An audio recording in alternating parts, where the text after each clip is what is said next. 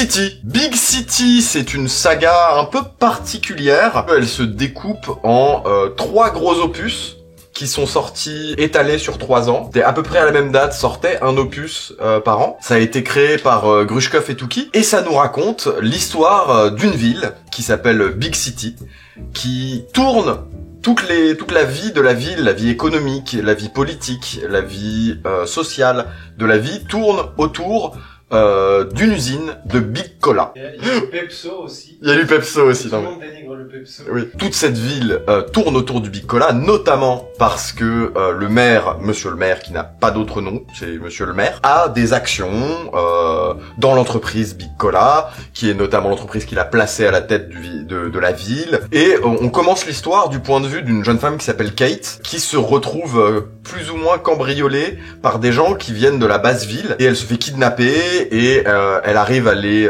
convaincre de ne pas la prendre en otage ou de ne pas la tuer, mais plutôt de l'intégrer à la rébellion qui est en train de s'organiser pour défaire Monsieur le maire de sa position de pouvoir. Qu'est-ce que vous faisiez dans la vraie ville? On faisait du repérage. Pour notre prochain attentat. Quel genre d'attentat? Un attentat à la bombe. On cherchait le meilleur endroit pour le faire et comment y accéder. Un attentat à la bombe? C'est pas un peu fort? Si on veut changer les choses, il faut employer les grands moyens. Et vous voulez faire exploser ça où? Exploser?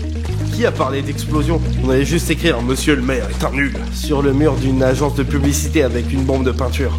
Attendez, qu'est-ce que vous racontez? Sauf que, ce que Kate ne se rend pas compte, c'est que tout le monde est débile à Big City. Ils sont tous fondamentalement stupides, surtout Monsieur le maire, mais également les révolutionnaires qu'elle a rejoints.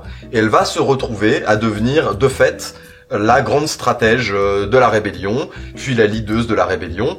Mais ça s'arrête pas là. C'est-à-dire que la rébellion en elle-même, c'est seulement le premier opus. Après, il y a les conséquences de la rébellion, et après, il y a les conséquences des conséquences de la rébellion, etc. Et c'est une œuvre qui est la première, à mon sens, qui est aussi ouvertement politique. Nous vivons reclus ici, sans travail, mais payant des impôts, respirant l'air toxique de vos déjections et vos déchets. Nous sommes les exclus d'une société qui n'a jamais essayé de prendre le temps de se demander si on voulait l'intégrer. Tout ce que nous demandons, c'est qu'on mette fin à cette mascarade, qu'on nous trouve une place dans un monde autre part que dans la fange et dans le sang. Nous voulons mettre fin à cette éternelle lutte des classes qui ne mène nulle part, privilégiant les incapables et traînant sa base dans la boue. Nous voulons l'égalité, nous voulons l'équité, nous voulons la liberté. Acceptez nos conditions ou préparez-vous à vous battre. Ça parle de capitalisme, ça parle de rapport homme-femme, ça parle de classe sociale, ça parle de la publicité, l'impact de la publicité sur la vie, ça parle de l'importance des marques dans la vie des gens. C'est-à-dire, pour donner un simple exemple, tous les habitants de Big City sont accros au Big Cola. Il existe un concurrent à Big Cola qui s'appelle Pepso.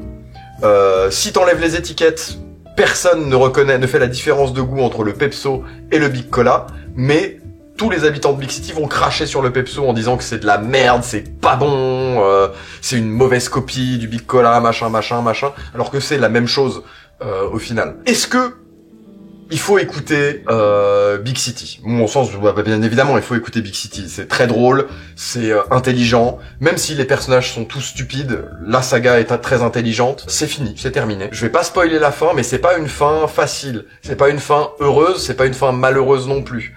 C'est une fin en demi-teinte, comme, imaginez, tu passes d'un système politique dans un pays à un autre. C'est pas en soi, c'est pas la fin de ce pays.